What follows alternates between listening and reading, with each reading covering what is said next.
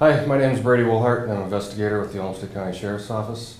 We're putting together a presentation today about a predatory offender registrant who's moving into the Stewartville community. I have a role here at the Sheriff's Office for anything predatory offender registry related, and one of those things is community notifications. So due to COVID-19, we're not able to do our typical in-person community notifications, where people can come and ask questions and view the presentation live. So we're going to put together this video presentation. Our contact information will be at the end if you have any questions. And I will also ask some common questions at the end that you may be interested in. I'm partnering today with a coworker from the DOC, Brad Vandervet. He's helped us out with these kind of presentations in the past, and I will turn that over to him. Well, hello and thank you for taking the time to review this important information. And as you heard, my name is Brad Vandervet with the Minnesota Department of Corrections, and I am with the Risk Assessment and Community Notification Unit in the Department of Corrections. And today, I'm going to take you through some information in really three distinct parts. I'm really going to begin with what the broader context of the state's risk management system is and how it applies to individuals like the man you're here to learn about today. And then I'll go into specifics about him using that information as an overlay so that you can appropriately utilize it in your family and community safety planning efforts. And then I'll go on to some additional resources to augment those efforts. So where I find that information like this and conversations like this begin best is with what we as communities all really have as a basic understanding. And that is that those individuals who engage in this type of harm and conduct and behavior, they exist. And of those that we've become aware of through the state's risk management system, we know that they exist within all communities throughout the state of Minnesota and beyond. And if they aren't living there directly, they're most certainly entering or passing through for all varieties of reasons. And so as we go forward today, I'm really going to work towards broadening that awareness into all the contexts where we and our loved ones engage in the community day in and day out. So one of those first components that I really like to start with is one of the main pillars of our risk management system, and that is the registry.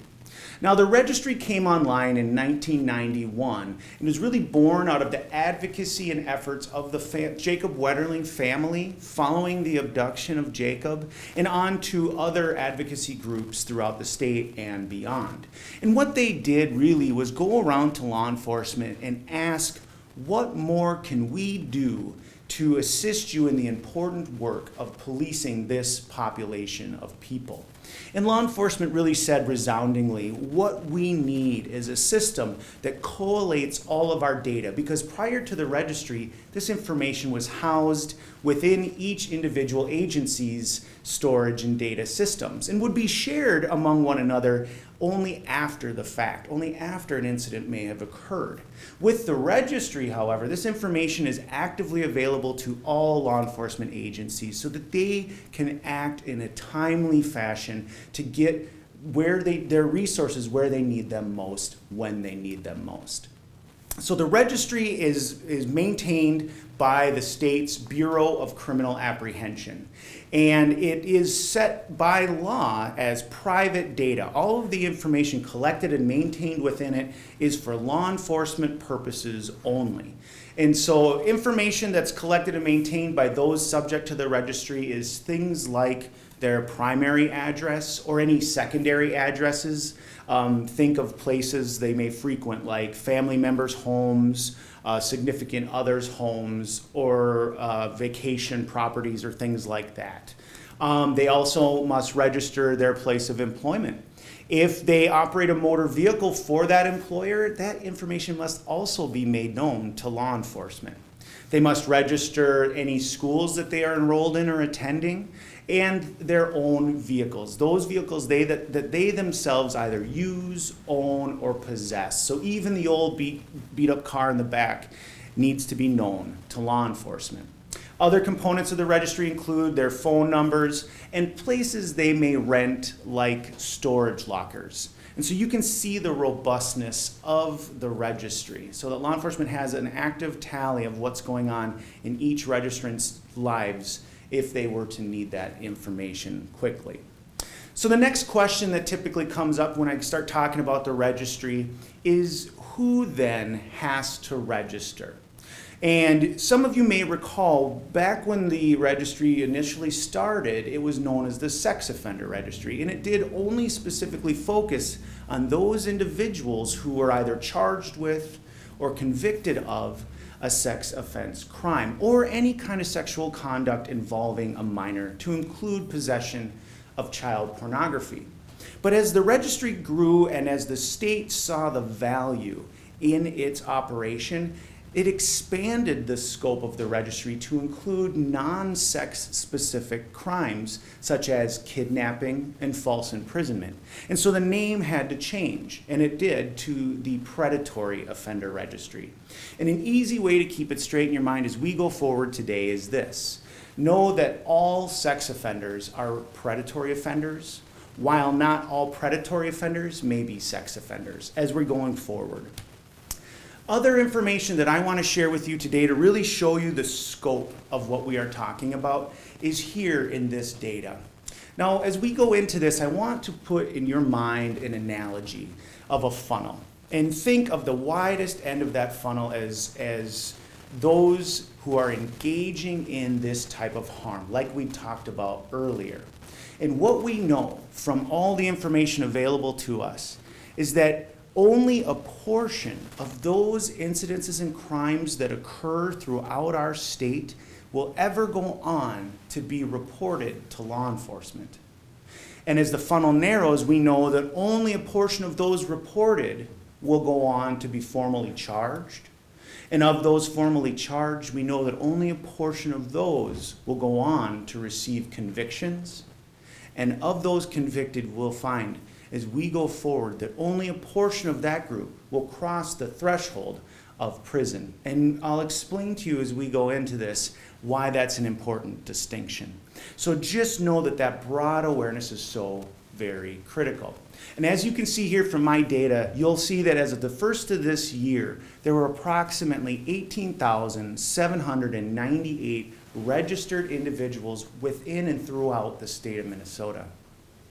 Now, as we look at a snapshot in time here on October 7th, we can see the breakdowns in and around your area. 396 of those registrants report residing within Olmsted County, 11 of whom are those subject to broad public notification. And so again, you see, we're only able to talk about that smaller number to the right, but that awareness needs to be on all of those individuals. As we look at Stewartville proper, we see there are 22 registrants within the Stewartville area, 2 of whom are those subject to broad public notification. And as you go down and look at the rest of this information, you will see the larger number to the left as those registrants. Not all of them are subject to broad public notification. Some are no risk level assigned because they have not gone to prison.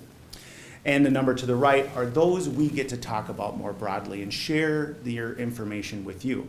But I'd like to point out, like Wabasha County, you'll see they have 0 at this moment that are subject to broad public notification. But for that community to believe that they are at lower level of risk or potential threat would be a misunderstanding of what's really going on. As you can see, there are 49 registered individuals within Wabasha. And again, as we discussed, these folks move throughout communities day in and day out while they're going around for work purposes, recreational purposes, and things like that. So another component of that broader state risk management system that I want to talk with you about today is the Community Notification Act. Now, the Community Notification Act came online in 1997 and is really born out of the fundamental understanding and knowledge that we gained from our research that a well-informed community is, in fact, a safer community. And it is the very reason we are here today and able to share with you this important information. And we in the Department of Corrections thank our partners and colleagues in the Olmsted County Sheriff's Department for ensuring that this gets out to the broadest amount of you as absolutely possible. And so because the Community Notification Act is the reason we are here talking today, it's worth going into more detail as to how it works and functions. And you'll recall from my earlier slide that not all individual registrants are subject to it. They have to have crossed that threshold of prison. That can be any prison within the state of Minnesota or the United States as a whole, any U.S. territories, or any federal prisons to include military prisons. And it also includes those individual registrants who have been civilly committed for sex offending behavior. And that distinction specifically applies today to the man you're here to learn about. So as we're going forward, keep that in mind. So for those that the Notification Act does not apply to are those registrants that were convicted as juveniles for their offense, or those who have received stayed or probationary sentences by the court, meaning they have not entered prison. And so when it comes down to the assigned roles of who does what with the Notification Act, it's broken down into two really distinct parts. The Minnesota Department of Corrections is tasked with the job of assessing and assigning risk levels. And the way that that is done is through the End of Confinement Review Committee. The ECRC will convene 90 days prior to a registered individual's release from prison or earlier and will review the entirety of their file. They will pull all of their treatment notes, criminal reports, investigative reports, anything available on their conduct and behavior throughout their life. And it will be weighted and ran through a risk assessment tool known as the MinSOST, or the Minnesota Sex Offender Screening Tool.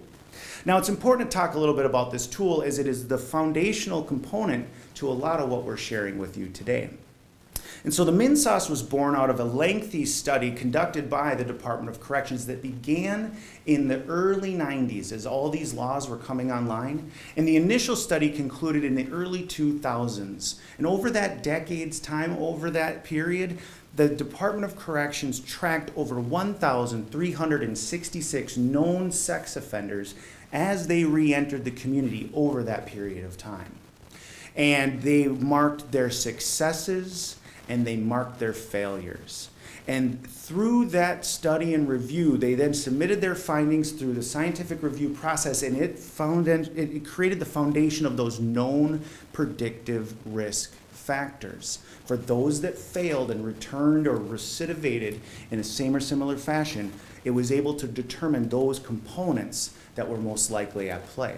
And then a follow-up study was conducted and completed in 2012. So another 2,000 plus sex offenders were studied for a 4-year period then. And so over 5,000 known sex offenders are reviewed throughout this process. So when I refer today to a risk level 1 individual, know that I am referring to them within the scope of that study. A level 1 has a lower amount of those known predictive risk factors as compared to their peer group. A level 2 has a moderate amount of those known predictive risk factors, and a level 3 has a higher amount of those known predictive risk factors. Now, one last thing to really mention, and when it comes to risk assessment tools, it is important to understand is that while they are helpful and they do a lot to assist corrections agencies and law enforcement agencies in applying their resources most effectively to mitigate those risk factors, know that risk is dynamic. It is constantly changing and evolving. And so a risk level 1 individual today could find that if they are not applying the skills and tools they learned throughout their treatment programming and their time on corrections, that their risk level goes up. The same can be said for those that are level 3 today, may find over time, if they've shown to be engaging in healthy and pro-social conduct and behavior and internalizing those treatment tools and skills, may find that their risk level has gone down. So keep that in mind as we go forward. Now, after a risk level is assessed and assigned by the Department of Corrections or by the MSOP, the Minnesota Sex Offender Program, through DHS, the Department of the Department of Human Services, know that then the handoff goes to law enforcement. And law enforcement will provide notification within the scope of that level assigned. With a level 1 individual, law enforcement will notify those other law enforcement agencies that they designate. They will notify victims of or witnesses to the offense should they request that level of enhanced notification. And law enforcement will provide notification to those adult household members within that immediate home, within that household. And that is the scope of a level 1 notification. A level 2 notification builds on that to include all those individuals and entities we've just discussed. And in addition, law enforcement can designate other individuals or entities that they determine to be at specific risk based on that registrant's known pattern of conduct and behavior. And so it's often believed with a level 2 that that notification will go to schools, daycares, churches, and the like. And while that may be true, it is not always the case. So for example, if law enforcement is made aware of a level 2 entering the community, and they review that packet of information provided to them by the Risk Assessment and Community Notification Unit and determine that this level 2 registrant focuses their pattern of conduct and behavior on adult females at social gatherings, think bars and concert venues. Law enforcement in this case may not make notification to a daycare that serves children from infancy to school age, as it would only probably serve to stir up more confusion and fear. What they might rather do in that case is provide notification to those proprietors of those bars or concert venue areas so that they can inform their security staff or whomever they've designated so that they can enact whatever protocols and safety measures that they have in place going forward. Now, on the flip side, if law enforcement is made aware of a level 2 who's entered the community and they determine through their review of that information that this individual focuses their conduct and behavior on minor children without supervision or that are unaccompanied, and more specifically think teens in transit from school or after school activities to home. And law enforcement knows within their community there's a teen hotspot, a hangout area where they come to socialize and congregate in those down times. Now, law enforcement may very well go with that level 2 notification to the proprietor of that teen hangout and let them know of that individual, showing them the fact sheet and saying, look, if you see this individual here loitering about or establishing or creating relationships with these children, let us know. We're going to come out and talk with him and find out more about what he may be up to. And that is the nuance of a level 2 notification. And then with a level 3 notification, law enforcement will provide broad public notification. Now that comes in many different shapes and forms. And again, we commend the Olmsted County Sheriff's Department in its efforts to get this out in every possible way it can. But know that every agency is unique and will communicate as best they can with their own communities. And so it can be varied from jurisdiction and agency to agency. So as we go forward now, I'd like to shift gears and talk to you about some of the data and research that I want you to know about, and so that you can apply it as effectively as possible into those safety planning efforts. And so to begin with the data, I want to start with that narrowest end of the funnel, those who have crossed the threshold of prison. And as you can see from this data, now know that the number of folks crossing the threshold of prison year after year does fluctuate and change. However, the breakdowns of risk levels assigned year after year tends to remain very static. And you can see here from this information, the majority of risk levels assigned are those of level 1 and level 2. Those individuals we can't broadly discuss or disseminate information on. 15% on average are those designated as level 3. And so again, you can see the very narrowest end of that funnel. But know that the information we've collected and gained and we get to talk about with that smaller portion can apply more broadly to all relationships and interactions you or your loved ones may engage in within the community.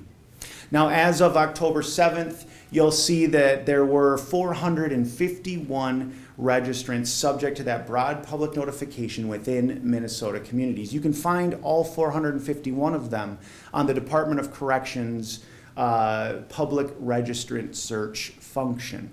Often confused as the registry, but it is just those subject to broad public notification. And so you could go online right now and look at them and see, and you'll know that that number will fluctuate and change as these folks do move with some frequency. 8 of whom at this snapshot, at this moment, were out of compliance with the registry and need to be brought back within compliance. So again, you can see that broader awareness is just so very important as we go forward. Other information I want to share with you as you're contemplating those safety planning efforts is the breakdown of those people that engage in this type of harm and the people they hurt and their relationships to those people. And as you'll see from this data, and this actually comes from the U.S. Department of Justice, from a similar type of study, but it really aligns well with what the Department of Corrections study has found. And I like to share it just so you have some variety in the data I'm providing you. And you'll see that the majority of those engaging in this type of harm are acting out and hurting those whom they know. Either it's interfamilial or extended family or into acquaintances, those who have been given a position of trust within the family. And so 7% through this study and through our study fall into that stranger category. Now, as you're thinking about this data, no doubt you're thinking, well, Brad, I have a lot of direct impact over my family, and I can set boundaries and rules where I need to most appropriately to protect those I care for. And even further on into acquaintances, I can vet the people coming into my loved ones' lives and make decisions on who gets to have that access and build those relationships. But that 7%, that stranger group, is the group that gives us the most pause, as it should. This is that group that's operating outside of our awareness, just outside or beyond our scope of knowledge, who may be engaging in impulsive activity or have ill intent. And so it's worth going into a lot more detail as to what's going on with this group.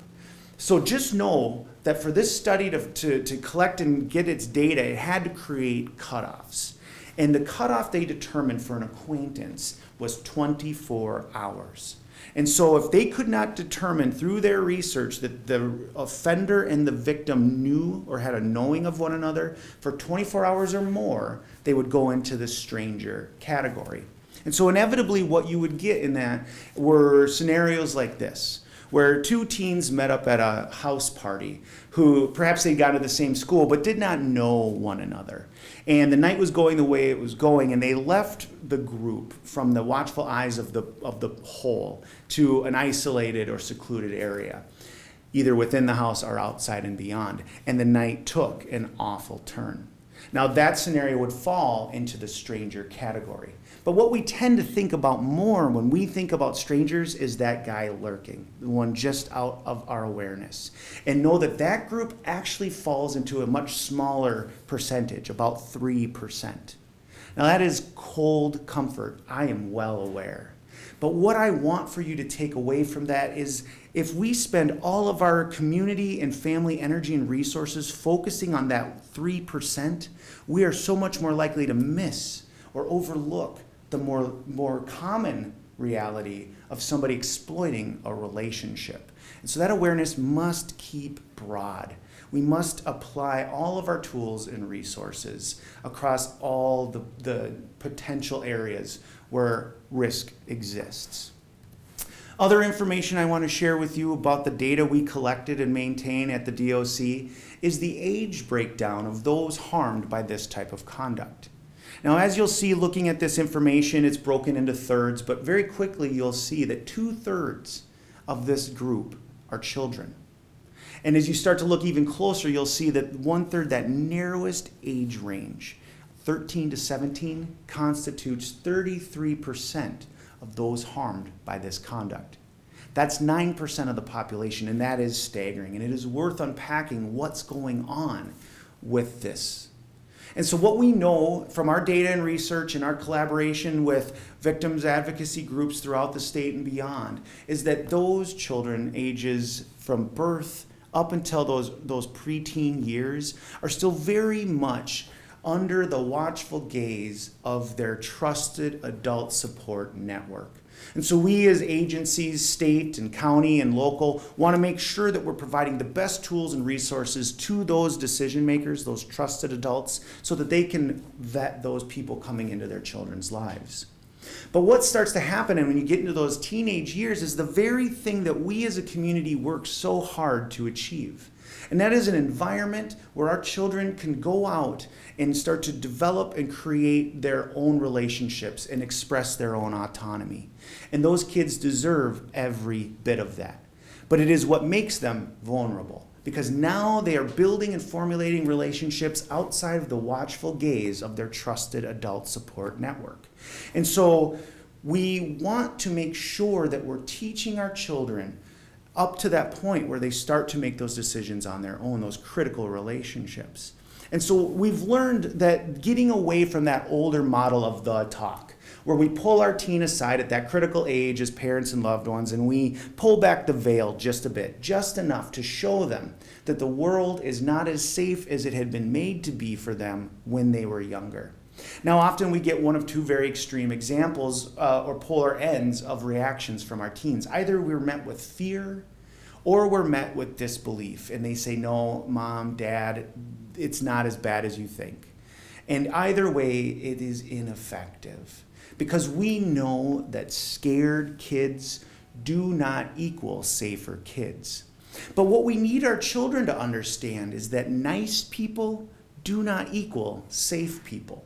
And so what we found is that having age-appropriate conversations all the way from those early childhood years up and through those adult years, building on one another in an age-appropriate way so as not to frighten or jar our children, is so much more effective, teaching them how to talk to strangers, how to create and enforce their own body safety rules. Most kids have a pretty good understanding of what we'll call a red light or danger situation. But where they tend to get more confused and can be more vulnerable is in those yellow light or caution situations. The question children often have is, how do I say no to someone I like? And so helping them understand those nuances is just so critical going forward. And so I will provide to you some additional resources and information as we go forward here today to assist you in that process. Now I'd like to switch gears and get into the information about the man you're here to learn about today. Again, use the data and information I gave you earlier as an overlay. As we get into the specifics about him, see where things align and see where they may diverge as you're applying this to your safety planning efforts. This is Mr. Bolte. First, let me talk about photographs. Photographs are updated on average of every 12 months, so annually, or should the subject significantly change their appearance. So if you were to see Mr. Bolte in the community and see that he no longer looks like this photo, definitely let law enforcement know, and they will attain updated photos and get them onto the Predatory Offender Registry, where I will attain them and make sure they're on the web for as long as this individual is subject to broad public notification, so that you always have an accurate photographic depiction of him. Mr. Bolte is 33 years of age, and he's residing, or as of today, or actually no, he moved in a week ago. He'll be residing, or is residing, in the vicinity of County Road 106 Southeast and 6th Street Southeast in rural Stewartville, so just on the edge of town. And so one of the questions that often comes up in meetings like this is, Brad, can you tell us where he actually lives? It would give us a great deal of comfort if we knew where his head hit the pillow at night. And you'll recall back to my earlier information about the registry and how the data collected and maintained by it is private data and therefore is only for law enforcement purposes. But know that law enforcement very much does know where he lives, where he works, what he drives, and so on. And through proximal addresses, we can also achieve a lot, because no doubt those who live in and around this area either already are or will become aware of Mr. Bolte as he comes comes and goes throughout that neighborhood. And they'll share that information among themselves, and that's just fine. But what we don't want as county and state agencies is for that private data to get put out there on a broad public way through media or social media or something to that effect, where somebody who has no stake in what goes on here in the Stewartville community comes in and enacts some vigilante revenge scenario that does nothing to mitigate or reduce risk and only serves to disrupt the very thing you've worked so hard to build in your neighborhoods. This is Mr. Bolte's registrable offense history. This is a snapshot pulled directly from the fact sheet that has already been made available to you. Know that this is not an exhaustive criminal history. It focuses on that conduct and behavior that led to the registration of him and ultimately his risk level assessment and assignment. So I want to get right into the details of what happened. In 2003, Mr. Bolte was convicted of criminal sexual conduct in the second degree out of Dakota County. He had engaged in criminal sexual contact against a 10-year-old female victim. He was also a juvenile, a minor at the time. He was very well known to this victim and used that significant relationship to engage in this type of behavior over an extended period of time. And exploit that unmonitored access. He exploited and used that confusion and naivete in his attempts to maintain that control. Once this conduct and behavior became known to his trusted adult support system and law enforcement became involved and intervened as quickly as they were able to, he, for his crimes, received a youth disposition, again, as he was a minor. And so he did not cross the threshold of prison. And so had it been to that point, we would not have assessed risk level or been talking about Mr. Bolte today. However, when he turned 18, Dakota County, for that governing offense, decided it was appropriate to pursue civil commitment. And in 2007, over the year of 2006, they were engaged in the civil commitment proceedings. And in 2007, the court ruled that Mr. Bolte was to be civilly committed for his sex offending conduct and behavior. So as you recall back, this is why we are now discussing Mr. Bolte more publicly and more broadly. So as he was in MSOP, the Minnesota Sex Offender Program, the control treatment facility, he found himself as a young man frustrated and engaged in an assault, a 4th degree in that treatment facility, which is a crime. And so for that crime, he was convicted and sentenced to a year and a day, the lowest possible felony sentence. Anything a year or under is misdemeanor level. Anything over a year is felony level. So that extra day is what pushes it into the felony side. And so as it's a felony, he did then enter the prison system, crossing that threshold, again, for the assault 4th degree. And any registered individual, regardless of what got them on the registry, if they cross that threshold of prison, is subject to the end of confinement review process, the ECRC. And in 2009, the ECRC determined that he was at that level of 3, where he had the higher amount of known predictive risk factors as compared to that peer group. And so Mr. Bolte then, after serving that time in prison, returned to MSOP under that governing civil commitment, which is overarching, and re-entered their program. And so this is the breakdown of MSOP in total. So in 2006, as we discussed, Dakota County pursued civil commit, and he did enter MSOP. In 2018, after or following his return back into their facility and back into their treatment program after serving his time for his 4th degree assault, he was reassessed for risk. And this happens and occurs prior to a civilly committed individual being granted provisional discharge from MSOP. And it was determined that he had done well in programming and had mitigated those risk factors that we had discussed earlier, being that they're dynamic, and was assigned a risk level of 1. This is significant. So Mr. Bolte has since 2018 maintained that risk level and has conducted himself in accordance with the expectations of the state and of our communities. So in 2018, in October, he was granted by the court that request for provisional discharge, and he entered the community. And he's been in the community since that date, since October 31st of 2018.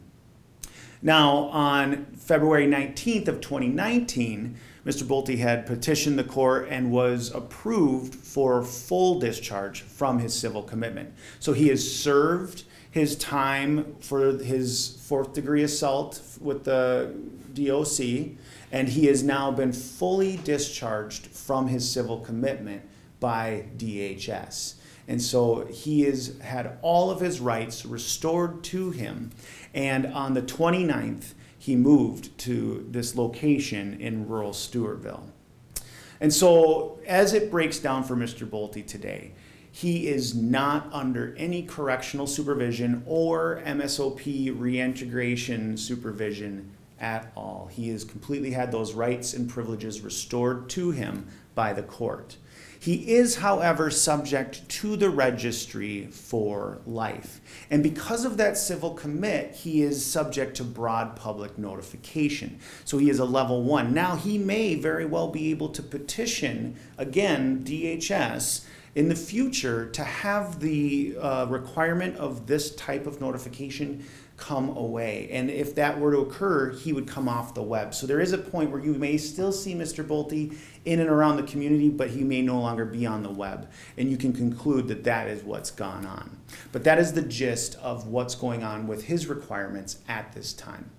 So as you're thinking about resources and how you want to apply all of this information in its totality, I want you to remember your best and most direct resource is your law enforcement.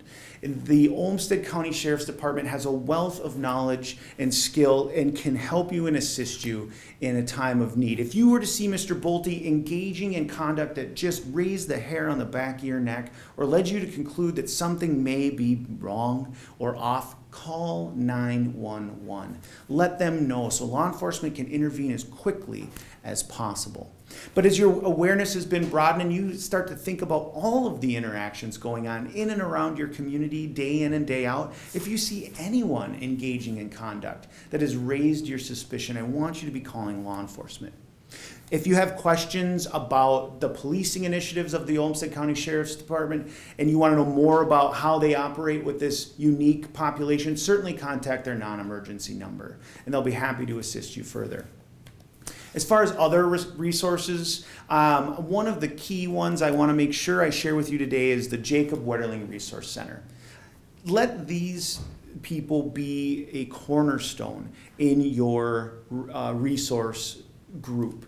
Make sure that you can utilize them as you're contemplating those conversations that you're going to have or are already having with your children and loved ones. They can be a great resource. Often in meetings like this, somebody will pull me aside at the end and say, well, Brad, my child has developmental disabilities and is overly friendly or really quick to establish trust. How do I talk to them?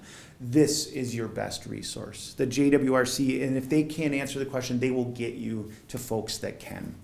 As far as local resources, I want to make sure you know that you have the Dodge, Fillmore, and Olmsted Counties Victim Services program. Conversations like this, given all the information we've shared and talked about, we know it impacts people's lives in a real, direct way. And by receiving this information, despite our best efforts, we know that it can only serve sometimes to bring back old memories of somebody that has either been directly impacted by this type of harm or has supported somebody who has been impacted by this type of harm.